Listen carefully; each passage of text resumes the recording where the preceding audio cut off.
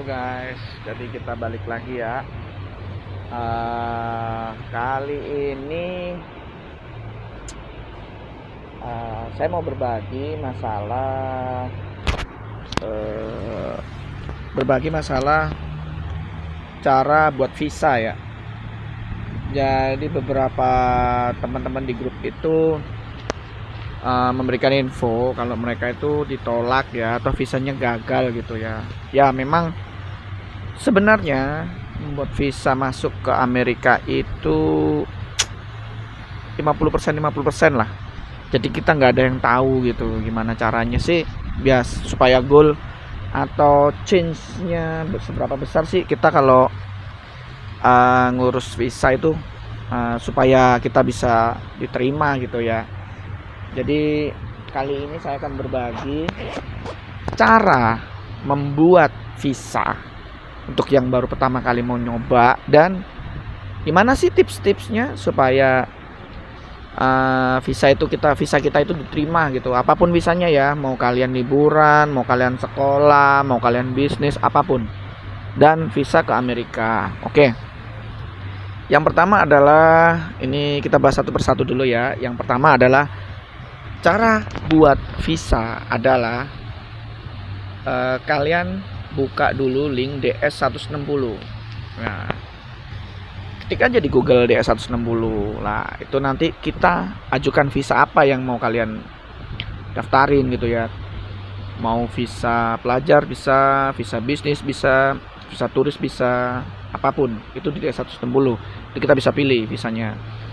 Yang pertama, terus ikutin alur yang ada di situ, dari pengisian nama, tanggal lahir, alamat rumah, nomor telepon, dan lain-lain. Kalian ikutin terus sampai selesai. Dimana selesainya itu nanti ada pertanyaan-pertanyaan termasuk background kalian. Kalian itu pekerja, karyawan, maaf batuk, karyawan. Ada orang ngerokok soalnya di sini. Kalian tuh karyawan, atau kalian itu pembisnis gitu, atau kalian itu pelajar gitu ya. Maksudnya di Indonesia masih pelajar, mau ngajuin visa liburan, atau kalian itu posisinya udah lulus sekolah, mau ngajuin visa pelajar atau dan sebagainya. Ya kayak gitulah. Itu kalian isi background kalian di situ, alamat kalian, terus siapa yang membiayain kalian kalau liburan atau kesini bisnis, atau itu siapa, mau sendiri, mau dibayarin orang tua, perusahaan, dan lain-lain. Banyak caranya ya di situ. Setelah pengisian DS 160, kalian membuat ada lagi akun yang namanya US Travel Doc. Nah, di mana akun di situ itu buat pembayaran visa dan urus janji temu. Itu kalian isi lagi nih, isi data paspor, nama, akun, username dan password, dan lain-lain kayak gitu. Jadi setelah kalian buat DS160, kalian buat US Travel Doc akun. Nah, setelah kalian isi di situ, kalian bayar nih. Kalian masukin form DS160 kalian yang tadi, itu kan ada kodenya tuh. Kalian tinggal masukin di situ. Kalian setelah bikin itu, kalian bayar. Tunggu setelah bayar ya. Setelah bayar tunggu 24 jam. Setelah 24 jam apa yang terjadi nih? Ya kalian tinggal cek lagi di akun US Travel Doc kalian, apakah sudah bisa pilih jadwal. Nah, kalau sudah open, kalian tinggal pilih jadwal. Kapan kalian kosong, itu kalian pilih di situ. Jadi di grup tuh ada banyak pertanyaan sekali. Itu gimana sih caranya pilih jadwal interview? Itu kita apa pihak embassy yang menentukan interview? Enggak ya, itu yang menentukan kalian. Yang menentukan sekali lagi kalian. Tapi di situ ada kolom tanggal, di mana kalau tanggal itu udah full nih, jamnya udah full, kalian cuma bisa pilih yang available aja. Jadi pilihannya tuh banyak guys, kayak gitu. Misalnya di bulan ini, misalnya sekarang nih bulan Oktober ya, mau November ternyata udah full nih. Yang available cuman Desember misalnya tanggal berapa, ya itu tinggal kalian pilih aja. Kalau kalian nggak bisa pencet di situ berarti udah full. Gitu ya. Dari cara pembuatan visa, isi DS sama US Travel Doc, habis itu bayar. Setelah bayar, kalian tunggu 24 jam. Setelah kalian tunggu 24 jam, kalian baru bisa pilih janji temu. Setelah bisa pilih janji temu, kalian pack berkas-berkasnya serapi mungkin nih, jangan sampai ada yang lewat nih. Itu. Jadi ada 4 barang yang harus dibawa. Yang pertama adalah form DS160 confirmation. Ya. Yang kedua adalah foto 5x5 background putih yang dimasukin buat isi DS, itu perlu dicetak. Kalian bawa 2 lembar lah. Sebenarnya yang dibutuhin cuma 1 lembar, tapi kalian bawa 2 lembar. Itu yang kedua. Yang ketiga adalah bukti bayar.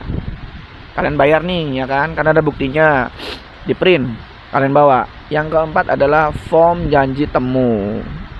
Itu. Jadi 4 ini yang perlu dibawa. Nah, ini kan ada yang nongkrong nih satu nih ya. Ya, nongkrong nih. Nggak kelihatan nih nongkrong. Nah, ini bisa kalian bawa atau enggak, itu terserah kalian. Buat saya mending dibawa. Contohnya apa? Misalnya nih kalian punya paspor.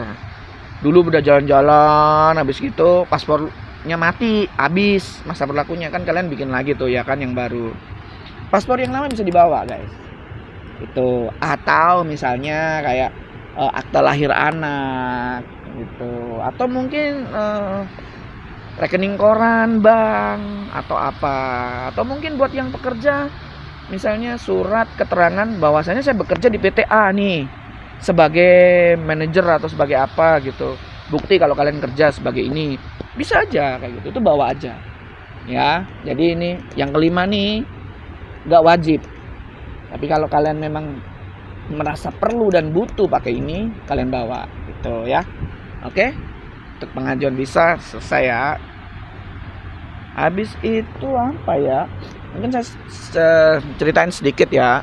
Jadi gimana sih buat yang kalian yang belum pernah maju sama sekali, pingin gitu maju ngain visa itu, gimana sih kondisi di dalamnya gitu. Ini saya ceritain. Kebetulan saya majunya di konsular Embassy US di Surabaya ya.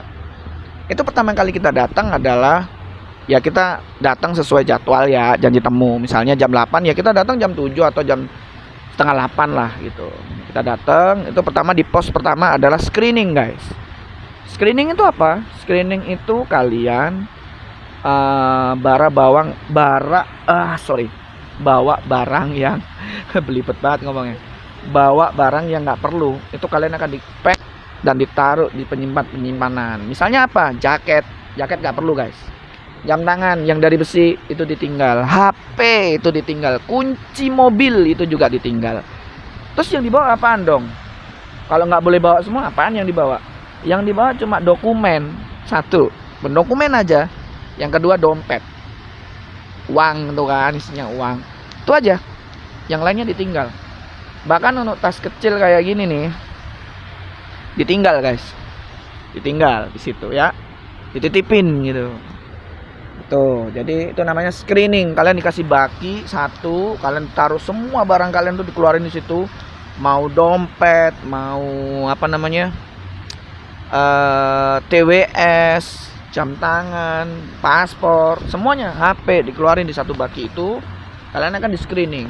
Setelah bertahap screening lolos, sudah selesai ya, kalian akan masuk ke loket pertama atau step pertama. Step pertama itu orang Indonesia, guys. Kalian akan ditanyain keperluan kalian apa nih. Ya, kalau kalian maju visa turis ya visa turis, kalau kalian maju sebagai visa pelajar ya visa pelajar. Keperluannya apa nih gitu. Habis itu desk konfirmasinya diminta, janji temunya diminta, KTP, sidik jari, guys. TANS ya. Tuh. Udah tanya-tanya itu aja sih, keperluan kepentingannya aja. Nah, habis itu kalian suruh nunggu lagi. Nah, setelah kalian nunggu lagi, step kedua nih. Nah, ini yang menentukan, guys. Kalian mau diterima atau enggak visanya ya. Diterima visanya nih. Itu di step kedua ini. Kalian akan ketemu native atau pihak konsulernya langsung, orang Amerikanya langsung nih. Nah, di situ ada beberapa pertanyaan gitu. Yang pertama adalah mau ngapain? Mau kemana? Ya, ini masing-masing beda-beda kan, sesuai keperluan yang tadi. Kalau kalian turis atau jalan-jalan itu kalian akan tanya mau kemana, mau ngapain, sebutin aja kebutuhan kalian apa nih. Kalian mau ngapain sih ke Amerika gitu. Misalnya ke New York, oh saya mau ke New York nih, mau jalan-jalan misalnya gitu. Atau buat yang pelajar misalnya dia tanya nih, mau ngapain gitu. Oh saya mau sekolah nih di universitas ini gitu. Kalian akan diminta bukti untuk mana bukti penerimaan kamu di sekolah ini. Oh ini nih saya bawa formnya nih. Nah kasih aja gitu. Mereka akan ngecek nama kamu dan memang beneran ada di list, sudah masuk itu di universitas mereka. Ya udah, kalian akan nanya kamu kapan mau berangkat ke sana. Kalau sekolah ya kapan mau berangkat ke sana, terus uangnya seperti apa, pembiayaannya seperti apa, apakah kalian dapat scholarship atau beasiswa, apakah kalian dibayar penuh sama kalian sendiri, orang tua gitu maksudnya. Nah seperti itu pertanyaannya. Kalau buat jalan-jalan biasanya ditanya, kamu kesana mau ngapain, mau kemana, terus siapa yang bayar perjalanan kamu, perusahaan atau kamu sendiri gitu. Kalau buat yang perempuan mungkin ditanya, kamu sendiri apa suami kamu yang bayar, kayak gitu. Terus ditanya lagi pekerjaan kamu apa, misalnya gitu. Kalau buat yang sendiri jalan akan ditanya kenapa anak istri nggak ikut, atau suami anak nggak ikut kenapa, misalnya kayak gitu. Terus pekerjaan kamu berapa sih gajinya sebulan, kayak gitu. Terus pertanyaan-pertanyaan itu sebenarnya mengarah ke tiga sub ya. Yang pertama adalah seberapa besar kemauan kalian mau kesini. Kalau yang sekolah jelas kemauannya tinggi karena udah diterima ya kan. Step penerimaan sekolah itu panjang guys, panjang, itu pasti udah jelas. Tapi kalau buat yang liburan, ngapain gitu, kalian seberapa besar pengen liburan ke US kayak gitu. Terus yang kedua adalah keterikatan kalian sama Indonesia. Kalau udah selesai ribet banget. Kalau udah selesai sekolah mau ngapain, mau kayak gitu. Buat yang liburan.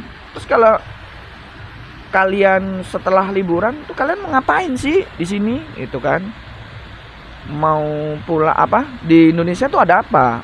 Apakah pekerjaan kamu memang nggak bisa ditinggal, atau kalian punya bisnis? Oh saya punya bisnis di sini, kayak gitu. Itu keterikatan guys. Terus yang ketiga adalah cara jawab. Nah ini 3 step kan, 3 sub. Cara jawab ini kenapa? Gimana?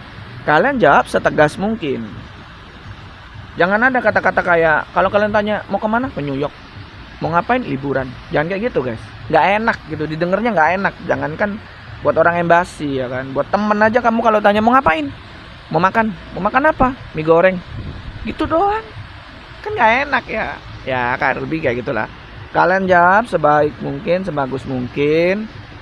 Usahakan jangan tegang, apalagi bibir sampai gemeter-gemeter, jangan. Kenapa? Karena kan diindikasi kalian bohong, padahal kalian nggak bohong misalnya, kayak gitu ya. Jadi itu sedikit tips-tips dan trik-trik buat kalian-kalian yang udah maju nih, udah ketolak atau mau sharing pengalamannya, bisa chat-chat di bawah ya, bisa komen-komen di bawah. Atau barangkali video ini bermanfaat nih buat temen kamu yang mau ngajuin visa, itu bisa di-share ke temennya ya. Jangan lupa juga subscribe, karena saya akan buat video-video yang bermanfaat buat kalian semua yang butuh informasi di Amerika ini. Jangan lupa di subscribe, saya tunggu ya kan.